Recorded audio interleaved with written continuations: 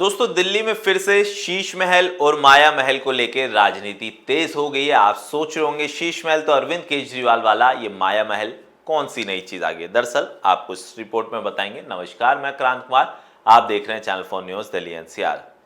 दोस्तों, अरविंद केजरीवाल का वो शीश महल जो दिल्ली विधानसभा चुनाव के समय में सबसे ज्यादा चर्चा का विषय रहा। बीजेपी दावा करती रही कि उस महल को बनाने में अरविंद केजरीवाल ने जनता का टैक्स का पैसा खर्च कर दिया और 45 करोड़ रुपए खर्च करके अरविंद केजरीवाल ने महंगे महंगे पर्दे, महंगे महंगे टॉयलेट सीट, जिम बनवाया और अपने मनपसंद का उसमें डिजाइन और पत्थर लगवाए।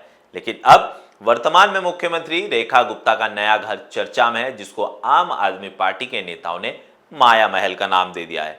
दरअसल ये चर्चा में इसलिए क्योंकि इस घर के रेनोवेशन को लेके पीडब्ल्यूडी विभाग की तरफ से एक टेंडर निकाला गया था, जिसका रेट रखा गया था 60 लाख रुपए।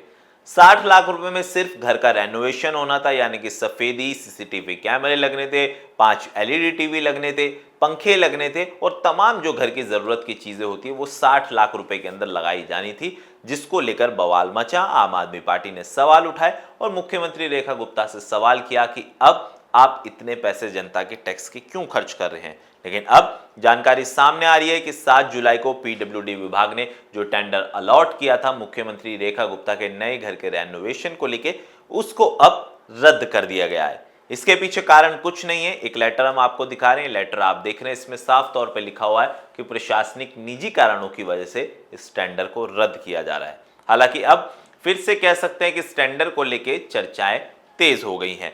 आम आदमी पार्टी कह रही है कि जब हमने इसका विरोध किया तो उनको याद आया कि माया महल पे इतने पैसे खर्च नहीं करने चाहिए। हालांकि पीडब्ल्यूडी विभाग की तरफ से जो टेंडर रद्द किया गया उसको लेकर उन्होंने तमाम रूप से कहा कि निजी कारणों की वजह से और प्रशासनिक कारणों की वजह से इस टेंडर को रद्द किया जा रहा है। लेकिन बीजेपी दावा करती आई कि अरविंद केजरीवाल ने अपने शीश महल में 45 करोड़ रुपए लगा दिए थे। लेकिन आपको बताएं कि जो दिल्ली की वर्तमान मुख्यमंत्री है रेखा गुप्ता, उनको 2 बंगले अलॉट हुए सिविल लाइंस यानी कि राजभवन रोड पर।